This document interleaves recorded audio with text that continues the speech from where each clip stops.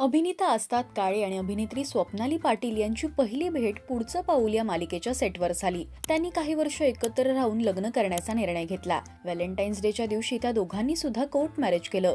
नुकतंच या दोघांनी सुलेखा तळवळकर यांच्या अगं आणि अहो या कार्यक्रमात हजेरी लावली. यावेळी सुलेखा यांनी स्वप्नालीला, स्वप्नाली तुझं हे दुसरं लग्न आहे म्हणून तू वेळ घेतला होतास की तुला धास्ती होती? आपण नंतर ताकही फुंकून पितो म्हणून तू थांबली होतीस का असा प्रश्न विचारला. यावर उत्तर देत स्वप्नाली म्हणाली, हो भीती होती. ज्या चुका मी केल्या होत्या त्या मला पुन्हा करायच्या नव्हत्या.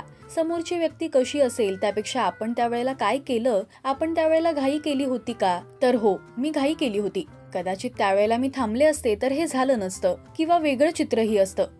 काय असतं, वय वर्ष 23 होतं. नाही म्हटलं तरी जवानीचा जोश होता. काही चुका आपण करतो आणि त्यावेळेत सगळं होईल असं वाटतं आणि चिंताही नसते. ज्या चुका मी केल्या आहेत किंवा तेव्हाचं माझं वागणं अल्लड असेल तर ते पुन्हा होऊ द्यायचं नव्हतं. त्याच चुका पुन्हा करायच्या नाहीत हा एक मंत्र मी जपण्याचा प्रयत्न करतेय. मी त्या प्रसंगातून जात होते. सेटवर सगळ्यांना माहित होतं. आस्तादने सगळ्यांना मी आवडते असं सांगितलं होतं. हर्षदा ताईलाही सर्व माहित होतं. त्यामुळे थोडंफार चिडवणं वगैरे सुरू असायचं. तेव्हा मी हर्षदा ताईला जाऊन सांगितलं की माझ्या आयुष्यात आता काहीतरी वेगळं घडतंय, त्यामुळे सेटवर हे चिडवणं वगैरे नको. आणि त्यावेळेपासून तिने माझ्याबरोबर घडणाऱ्या प्रत्येक गोष्टीचा आदर केला. आस्ताद बद्दल मी बरंच ऐकलं होतं की त्याचा नेमका स्वभाव कसा आहे, तो चिडका आहे, तो खूप रागीट आहे, हे सर्व माहित होतं आणि अनुभवातूनही मला ते कळत होतं. म्हणूनच मी थांबत होते.